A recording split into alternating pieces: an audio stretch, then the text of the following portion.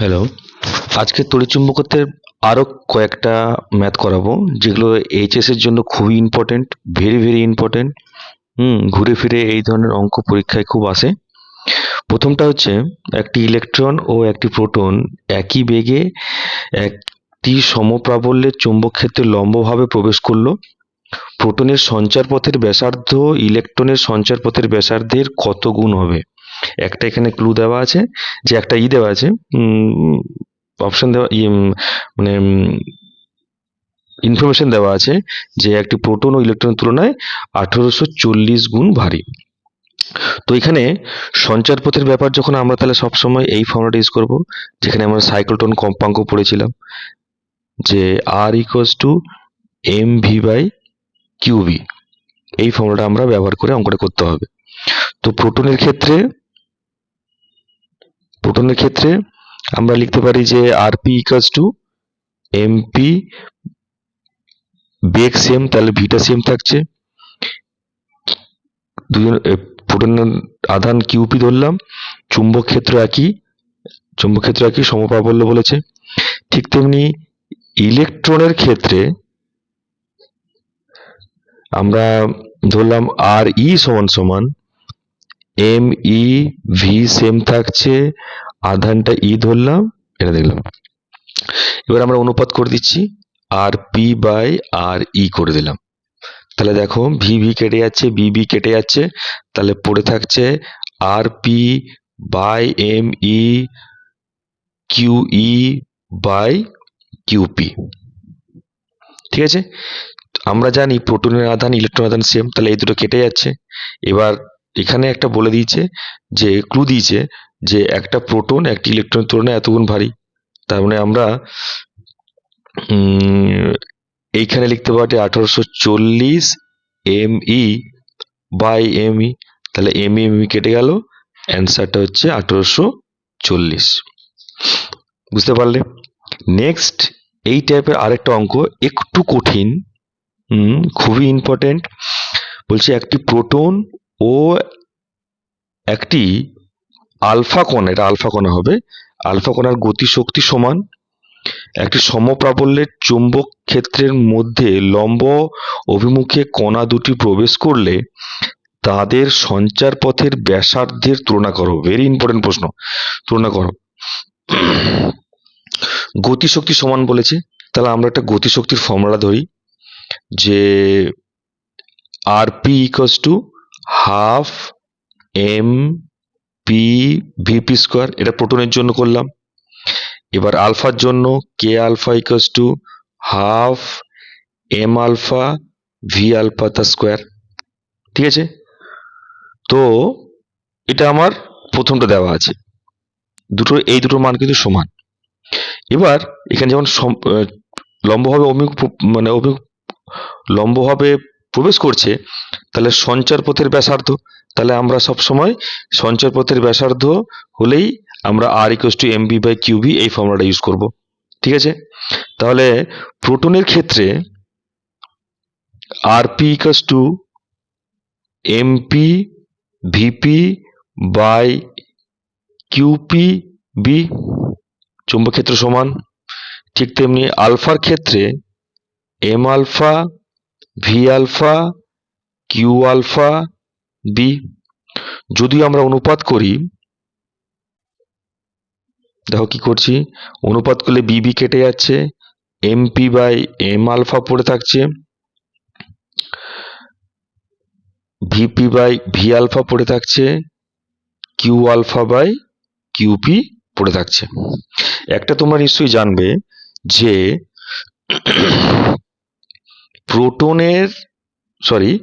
আলফার ভর প্রোটনের ভরের 4 গুণ,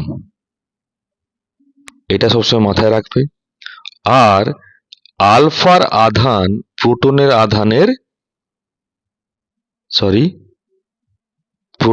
আধানের দ্বিগুণ, এই ইনফরমেশনটা সবসময় মাথায় রাখবে। তো এখান থেকে আমরা এই রিলেশনটা পেয়ে যাচ্ছি, এখান থেকে এই রিলেশনটাও এখান থেকে পেয়ে যাচ্ছি, কিন্তু আমাদের আননোন কোনটা থেকে যাচ্ছে, এইটা, সেইটা আমরা পাবো এই ইনফরমেশন থেকে। কি করে? আমাদের প্রশ্নতে দেওয়া ছিল যে ক KP equals to K alpha, KP equals to K alpha. তাহলে আমি দুটোকে সমান করে দিচ্ছি। সমান করলে দেখো হাফ হাফ কেটে যাবে, তাহলে পড়ে থাকবে কত, MP VP square equals to M alpha V alpha square. তাহলে এখান থেকে আমি ভিপি বাই ভি আলফাটা বার করে নিচ্ছি। তাহলে এটা রুট হয়ে গেল, আমরা 4 গুণ জানি, তাহলে এখান থেকে চলে এলো 2, ঠিক আছে 2। এবার আমরা দেখ প্রত্যেকটা ইনফরমেশন আমাদের কাছে কিন্তু চলে এসছে।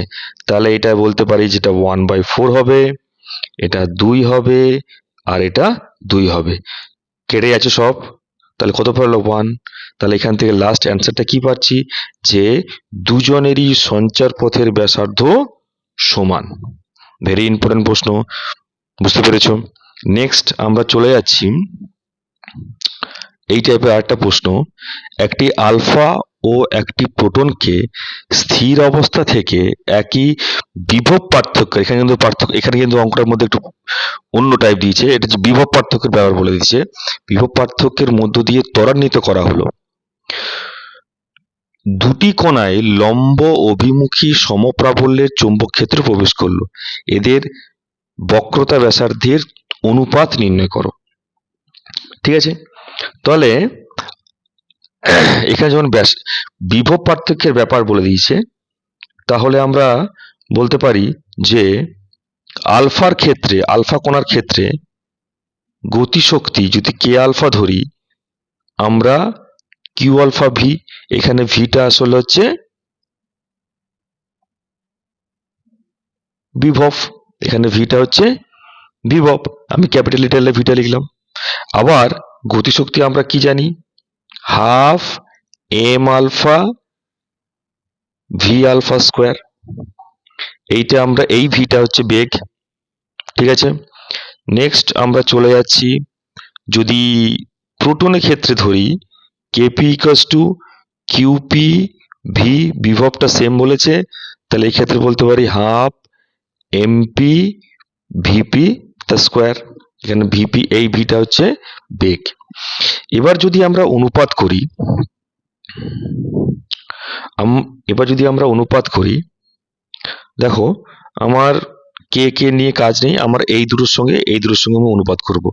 তাহলে half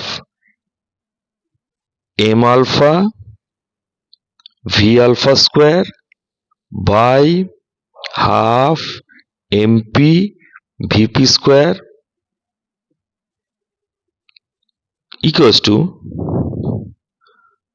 Q alpha V QP V. এই ভি কেটে গেল। আমরা জানি যে আলফার আধান প্রোটনের দ্বিগুণ, তাহলে নিশ্চয়ই এটা 2 হবে, 2 হবে। এই আলফা, এই হাফ হাফ কেটে গেল। ঠিক আছে, আমরা এই এম আলফা বাই এমপির এটাও, এরও ইনফরমেশন আমরা জানা আছে।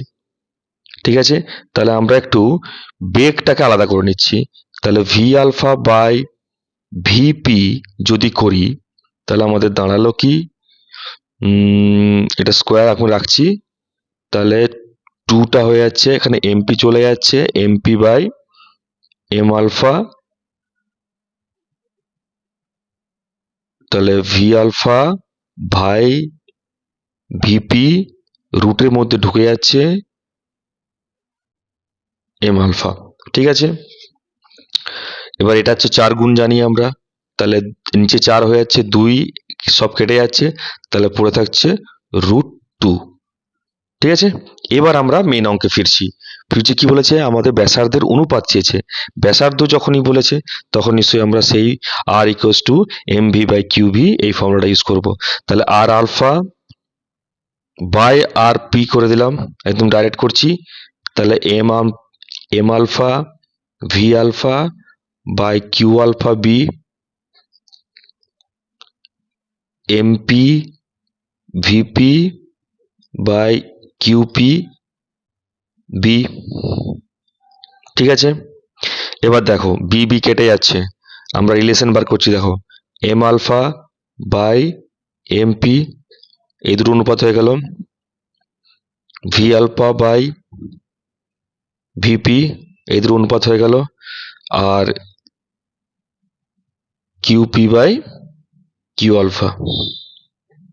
ঠিক আছে, তাহলে আমরা এ রিলেশন জানি, কত পাই আমরা 4, এটা এক্ষুনি বার করলাম 1/√2, আর এটা জানি হাফ। তাহলে কি দাঁড়ালো, 2 কেটে গেল হচ্ছে √2/1, এই হচ্ছে রিলেশন। তাহলে অনুপাত কত হবে, √2:1। নেক্সট আমরা চলে যাচ্ছি, ভেরি ইম্পর্টেন্ট প্রশ্ন। এবার একটু অন্য টাইপের অঙ্ক চলে যাচ্ছি আমরা।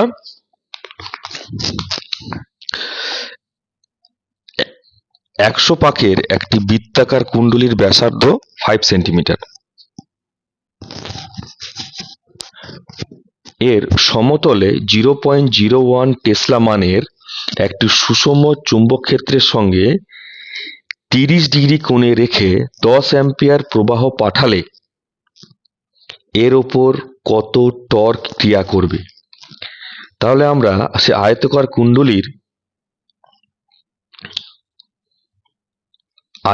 কুণ্ডলীর একটা ফর্মুলা করেছিলাম, সে টর্কের নিশ্চয়ই ফর্মুলাটা মনে আছে। Torque equals to I N হবে, এটা এন হচ্ছে পাক সংখ্যা, আই হচ্ছে প্রবাহ, এটা হচ্ছে ক্ষেত্রফল, আর এটা হচ্ছে চৌম্বক ক্ষেত্র। এখানে বলছে বৃত্তাকার কুণ্ডলী, আমরা পড়েছিলাম দেবী বইয়ের মধ্যে আছে আয়তকার কুণ্ডলী। শুধু পরিবর্তন কিছুই হবে না, শুধু পরিবর্তন কোথায় হয়, ক্ষেত্রফলে পরিবর্তন হয়, ফর্মুলা কিন্তু একই থাকবে। তাহলে এই ফর্মুলা অনুসারে আমরা পাবো কি, টাও ইকুয়ালস টু, যদি আমি ভেক্টর ফর্মটা তুলে দিই, I N B A sine theta. এটাকে মনে রাখার একটা সহজ উপায় আছে, দেখো BINA, বিনা সাইন থিটাও বলে অনেকে মনে রাখে। তো এখানে পাক সংখ্যা এন এর মানটা হচ্ছে 100, আর হচ্ছে 5 সেন্টিমিটার, এটাকে আমরা মিটার করে নেবো, 0.05 মিটার হয়ে গেল। বি এর মানটা দেওয়া আছে 0.01 টেসলা দেওয়া আছে, থিটা দেওয়া আছে 30 ডিগ্রি, আর আই দেওয়া আছে 10 অ্যাম্পিয়ার। সব ভ্যালুগুলো বসাও, কোনো টেনশন নেই, সুন্দরভাবে ক্যালকুলেশন করলে বেরিয়ে যাবে 0.39। টর্কের একক হচ্ছে newton into metre. Simple. Next, এবার বলছে এবার যে ফর্মুলা অঙ্কটা করাবো, সে সমান্তরাল পরিবাহীর ক্ষেত্রে একক দৈর্ঘ্যে বলের যে ফর্মুলাটা, সেই ফর্মুলা ইউজ করে করব। বলছে দুটি দীর্ঘ ঋজু সমান্তরাল পরিবাহী তার পরস্পর থেকে 8 মিলিমিটার দূরত্বে আছে। প্রতি মিটার দৈর্ঘ্য 0.01 নিউটন বল উৎপন্ন করতে উভয় তারের মধ্য দিয়ে কি মানের তড়িৎ প্রবাহ পাঠাতে হবে। তাহলে আমরা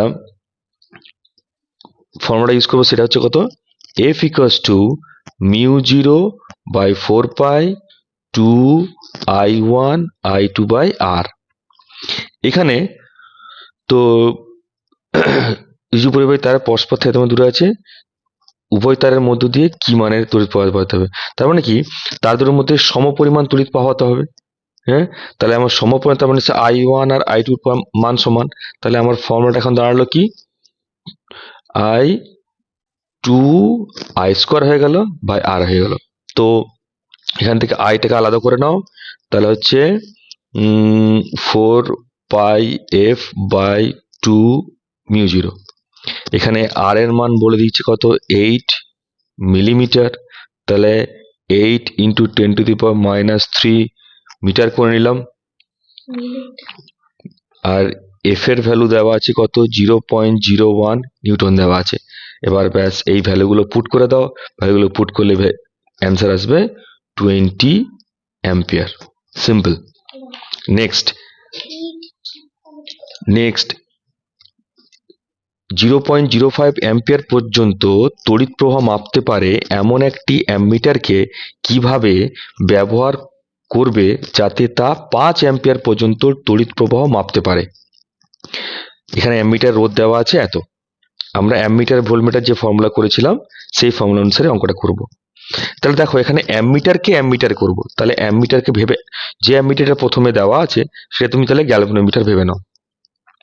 তাহলে গ্যালভানোমিটার ভেবে নিলে, তাহলে যদি গ্যালভানোমিটার ভেবে নিই, তার মানে নিশ্চয়ই ওই গ্যালভানোমিটারের মধ্যে দিয়ে প্রবাহটা যেটা আমরা আইজি ধরি সেটা 0.05 অ্যাম্পিয়ার, 0.05 অ্যাম্পিয়ার।